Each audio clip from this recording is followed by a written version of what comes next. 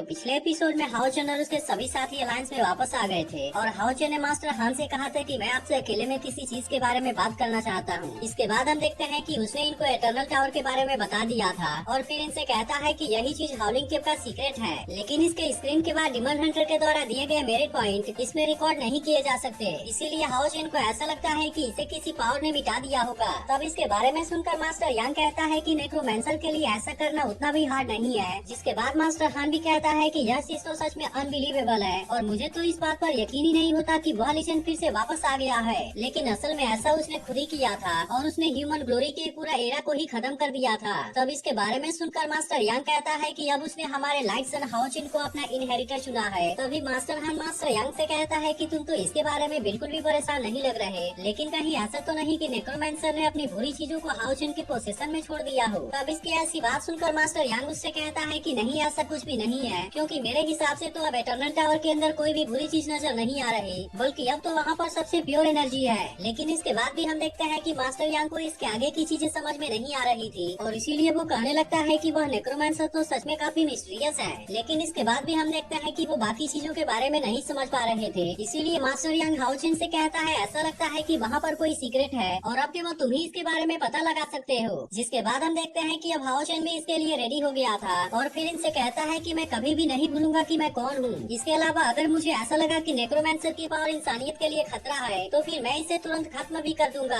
तब इसकी ऐसी बात सुनकर मास्टर यांग उससे कहता है कि यह तो बहुत ही अच्छी बात है, लेकिन इसके बाद भी इसके बारे में बता पाना बहुत ही मुश्किल है कि पास में जो चीजें हुई थी वे सही थे या गलत थे। लेकिन इसके बाद भी हम देखते हैं कि मास्टर यांग को हाओ चिन के दिल के ऊपर पूरा यकीन होता है। तभी मास्टर हान भी हाओ चिन से कहता है मैं चाहता हूँ कि तुम इसके बारे में पूरी तरह से केयरफुल रहना और इसके अलावा तुम इसके बारे में किसी को भी मत बताना। लेकिन इसके बाद वो उससे कहता है कि अगर इसके बारे में कोई भी हैरान करने वाली चीज सामने आती है तो फिर तुम इसके बारे में हमें रिपोर्ट जरूर करना। इसके बाद वो इनसे कहता है कि मुझे डिमन प्लान के एक बहुत बड़े इन्फॉर्मेशन के बारे में बात पता चली है और फिर इनसे कहता है कि डिमन्स हमारे जेनान पास के ऊपर अटैक करने की प्लानिंग कर रहे हैं ताकि इस तरह से वो किसी फैंटेसी पैराडाइज के नाम की चीज के ऊपर कंट्रोल कर सके। लेकिन अब इसके बारे में सुनते ही मास्टर हान पूरी तरह से हैरान हो जाता है और फिर कहता है कि क्या वो फैंटेसी पैराडाइज के लिए जेनान पास के ऊपर अटैक करना चाहते हैं। तब इस पर हाओ चिन से पूछता है कि आखिरकार ये फैंटेसी पैराडाइज क्या है जिसके लिए कि डिमन्स इतने ज्यादा परेशान हैं। तब इस पर मास्टर यांग उसे बताता है कि फैंटेसी पैराडाइज असल में एक मैजिकल डायमेंशन है जिसके अंदर हेवन और अर्थ के पावर वाले सभी तरह के मैजिकल ट्रेजर पाए जाते हैं। जिसके बाद हम देखते हैं कि इसके बारे में जानकर हाओ चिन भी पूरी तरह से हैरान हो जाता है। फिर मास्टर यांग उसे बताता है कि फैंटेसी पैराडाइज हर 100 साल में केवल एक बार ओपन होता है, इसीलिए उस समय वे लोग अपने सबसे ताकतवर वॉरियर को इसके अंदर भेजते हैं ताकि इस तरह से वे लोग वहाँ से मैजिकल ट्रेजर को हासिल कर सके।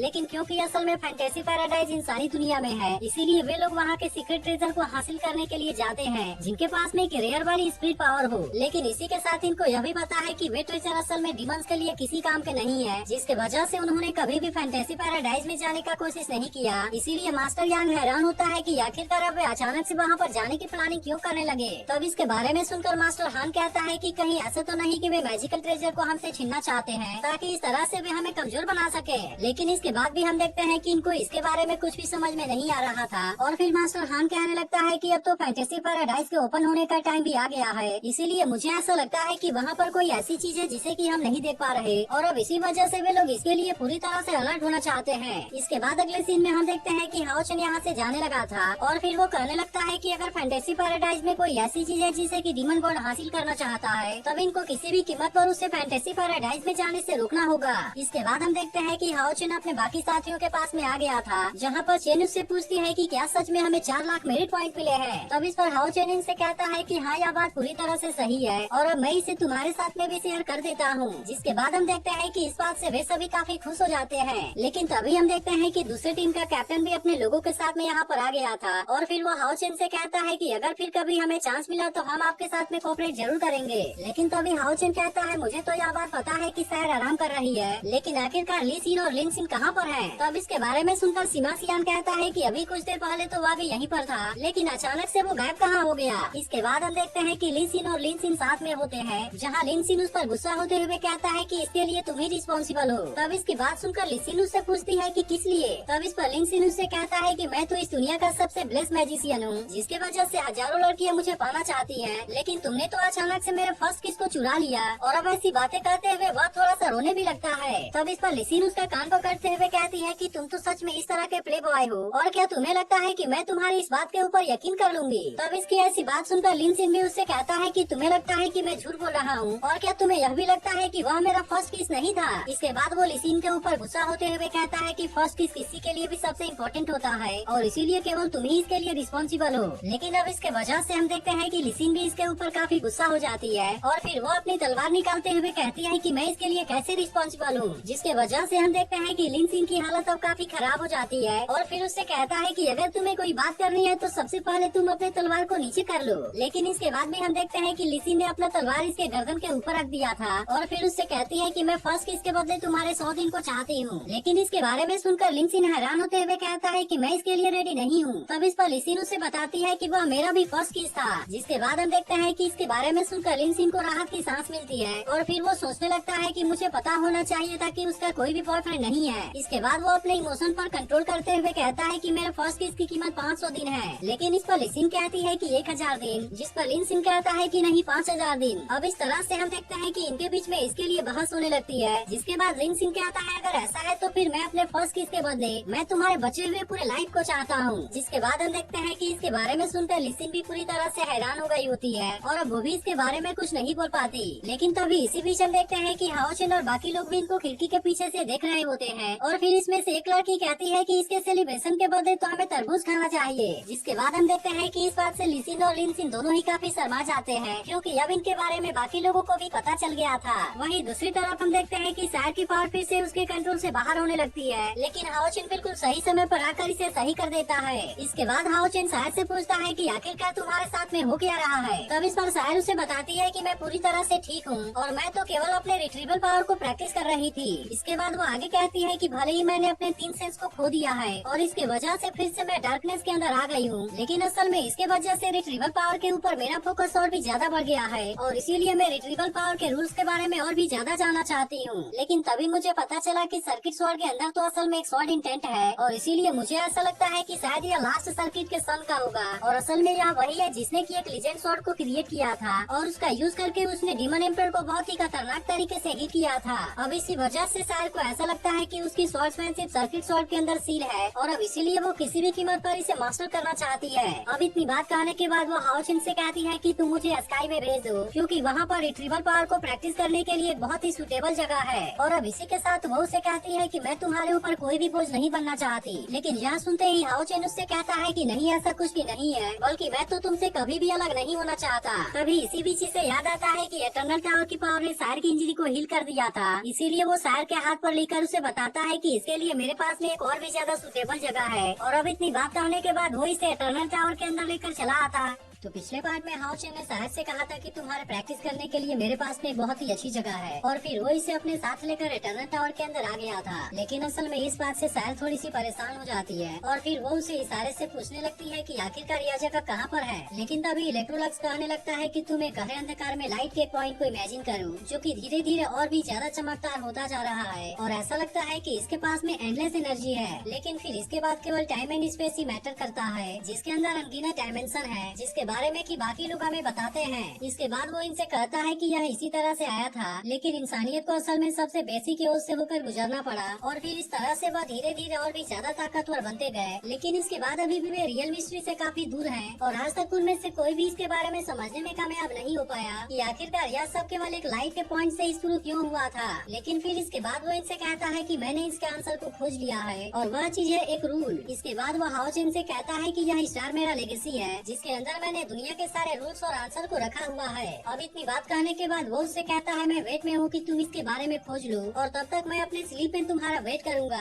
क्योंकि मैं चाहता हूँ कि तुम किसी भी तरह से इस टावर के टॉप फ्लोर पर पहुँच जाओ, जिसके बाद वहाँ पर मुझसे तुम्हारी मुलाकात होगी, और फिर इस तरह से हम दुनिया के सबसे टॉप पर होंगे। इसी के साथ वो उससे कहता है कि इस तरह से पूरे यूनिवर्स में हमारा ही नाम होगा। अब इसके कुछ देर के बाद हम देखते हैं कि यह एटर्नल टावर फिर से पूरी तरह नॉर्मल हो जाता है, जिसके बाद सर हाओचेन से कहती है ऐसा लगता है कि तुम्हें कोई बहुत ही कीमती की गिफ्ट मिला है। जिस पर हाओचिन कहता है मुझे तो यकीन ही नहीं होता कि तुमने इसके बारे में सुन लिया। तब इस पर सायर भी कहती है कि सच में यह काफी अजीब है, लेकिन असल में मैंने यहाँ पर उसकी आवाज से भी ज्यादा चीजों के बारे में सुना। इसके बाद वो उसे कहती है मुझे पता चल गया है कि यहाँ पर क्या हुआ होगा और इसीलिए मुझे ऐसा लगता है कि वह कोई बहुत ही ग्रेट गाय है। तभी हाओचिन भी कहता है कि मुझे इस दुनिया को समझने के लिए रूल्स को मास्टर करना होगा और फिर वो सायर से कहता है कि एटर्नल टावर की एनर्जी तुम्हारे रिकवरी स्पीड को बढ़ा देगी और यही वजह है कि मैं तुम्हें यहाँ पर लेकर आना चाहता था। इसके बाद हम देखते हैं कि इस जगह पर वो अपने पावर का यूज करने लगता है और इस तरह से वो अपने आसपास के सारे जगह को मॉडिफाई कर देता है। इसके बाद वो सायर से कहता है कि जब कभी भी तुम्हें मेरी जरूरत हो मैं तुम्हारे लिए हमेशा यहीं पर रहूंगा। तब इस पर सायर भी उससे कहती है कि तुम इसके बारे में ज्यादा चिंता ना करो क्योंकि मैं बहुत ही जल्द फिर से पूरी तरह से ठीक हो जाऊंगी। लेकिन तभी हम देखते हैं कि हाओचिन ऊपर वाले जगह को बहुत सारे फ्लावर में चेंज कर देता है, जिस पर सायर भी कहने लगती है कि इसकी स्मेल तो सच में काफी अच्छी है और ऐसा लगता है कि मैं फूलों के बीच में आकर खड़ी हो गई हूँ। इसके बाद हाओचिन सायर से कहता है मुझे उम्मीद है कि तुम यहाँ पर प्रैक्टिस करके ज्यादा खुश रहोगी। अब इस तरह से हम देखते हैं कि दोनों यहाँ पर एक दूसरे के साथ में काफी अच्छा टाइम स्पेंड करते हैं और फिर हाओचिन डिसाइड करता है कि वो सायर के लिए और भी ज्यादा स्ट्रॉन्ग बनेगा। इसके बाद हम देखते हैं कि हाओचिन जैसे ही यहाँ से बाहर आता है वो देखता है कि वो छोटा सा स्केलेटन किसी स्टैचू को बना रहा है। इसीलिए हाओचिन उससे पूछता है कि तुम ये क्या कर रहे हो। तब इस पर वो स्केलेटन उससे कहता है कि मैं आपके लिए एक स्टैचू बना रहा हूँ और असल में मेरे मास्टर इलेक्ट्रोलक्स ने मुझसे ऐसा करने के लिए बोला है ताकि इस तरह से हम लेगेसी के लिए हिस्टोरिकल इमेज को रिकॉर्ड कर सके।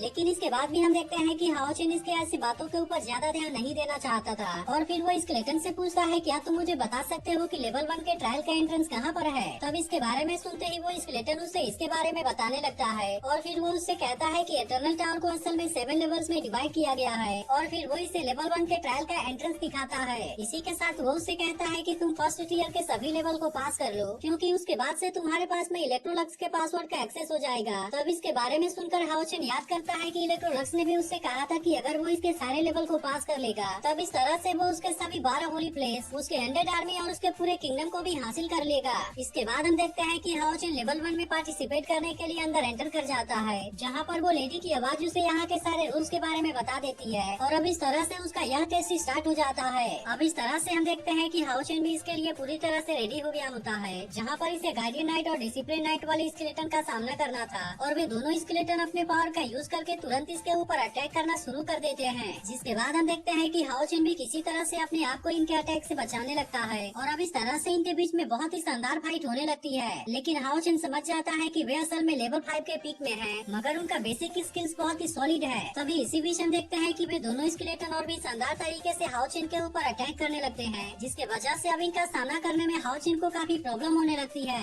फिर वो कहने लगता है कि इनके बीच का कोऑर्डिनेशन तो सच में बिल्कुल ही परफेक्ट है और अब इसी वजह से मुझे ऐसा लगता है कि इनको एक एक करके हराना पड़ेगा। लेकिन इसके बाद भी हम देखते हैं कि इनका सामना कर पाना इतना भी आसान नहीं होता। जिसके बाद हाओचिन उनसे कहता है चलो अब देखते हैं कि तुम दोनों में से कौन बेटर है या फिर मैं ही तुम दोनों से बेटर हूँ। अब इस तरह से हम देखते हैं कि वो यहाँ पर अपने मिरेकल स्वॉर्ड के पावर का यूज करना शुरू कर देता है और इस तरह से वो इन दोनों स्केलेटन के साथ में बहुत ही शानदार तरीके से फाइट करने लगता है। लेकिन इसके बाद भी हम देखते हैं कि वे दोनों स्केलेटन इसके ऊपर भारी पड़ रहे थे और ऐसा लग रहा था कि इनको हरा पाना हाओचिन के लिए बहुत ज्यादा मुश्किल है। लेकिन इसके बाद भी हम देखते हैं कि वो इतनी आसानी से इनके सामने हार मानने वाला नहीं होता और फिर वो अपने क्लाउड स्लैश का यूज करके इनके ऊपर अटैक करता है। अब इस तरह से हम देखते हैं कि हाओचिन उन दोनों स्केलेटन को अलग करने में कामयाब हो गया था और फिर वो तुरंत अपने सुवानिवान स्वॉर्ड टेक्निक का यूज करके इनमें से एक स्केलेटन को कैद कर लेता है। अब इस तरह से हम देखते हैं कि वो दोनों स्केलेटन इसके ट्रिक में बहुत ही आसानी से फंस गए होते हैं। जिसके बाद हाओचिन सबसे पहले अपने पावर का यूज करके अंदर वाले स्केलेटन के ऊपर अटैक करता है और इस तरह से वो इसे इंजर्ड करके इसे कमजोर कर देता है। इसके बाद हाओचिन कहता है कि अब इनको सरप्राइज करने का टाइम आ गया है और फिर इस तरह से वो बाहर वाले स्केलेटन के ऊपर भी अटैक करना स्टार्ट कर देता है। लेकिन तभी हम देखते हैं कि वो अपने हिबिस्कस सर्कल का भी यूज करके इनके ऊपर अटैक कर देता है और फिर इनसे कहता है कि मैं अब तुम्हारे साथ में एक एक करके फाइट कर सकता हूँ। लेकिन तभी इसी बीच हम देखते हैं कि वो अपने हिबिस्कस सर्कल का यूज करके इसमें से एक स्केलेटन को मार देता है और फिर वो दूसरे वाले से कहता है कि अब तुम भी मेरा सामना करने के लिए रेडी हो जाओ। लेकिन तभी हम देखते हैं कि मरे हुए स्केलेटन के अंदर से कोई ब्लैक क्रिस्टल बाहर आती है, जिसे देख हाओचिन कहता है कि यह टर्निंग विंग्स तो असल में किलिंग मशीन है जिसे कि हम अपने बॉडी के चारों तरफ रिलीज कर सकते हैं और फिर इस तरह से हम इसका यूज करके क्लोज सूरा बना सकते हैं। अब इस तरह से हम देखते हैं कि हाओचिन इस खतरनाक पावर का यूज करना शुरू कर देता है और फिर वो सूरा स्लैश का यूज करके दूसरे वाले स्केलेटन के ऊपर भी अटैक कर देता है। अब इसके वजह से हम देखते हैं कि वो स्केलेटन सूरा स्लैश के सामने कुछ भी नहीं कर पाता और इसके पावर से वो यहाँ पर एक झटके में मारा जाता है। तो अगर एक्सप्लेनेशन अच्छी लगी हो तो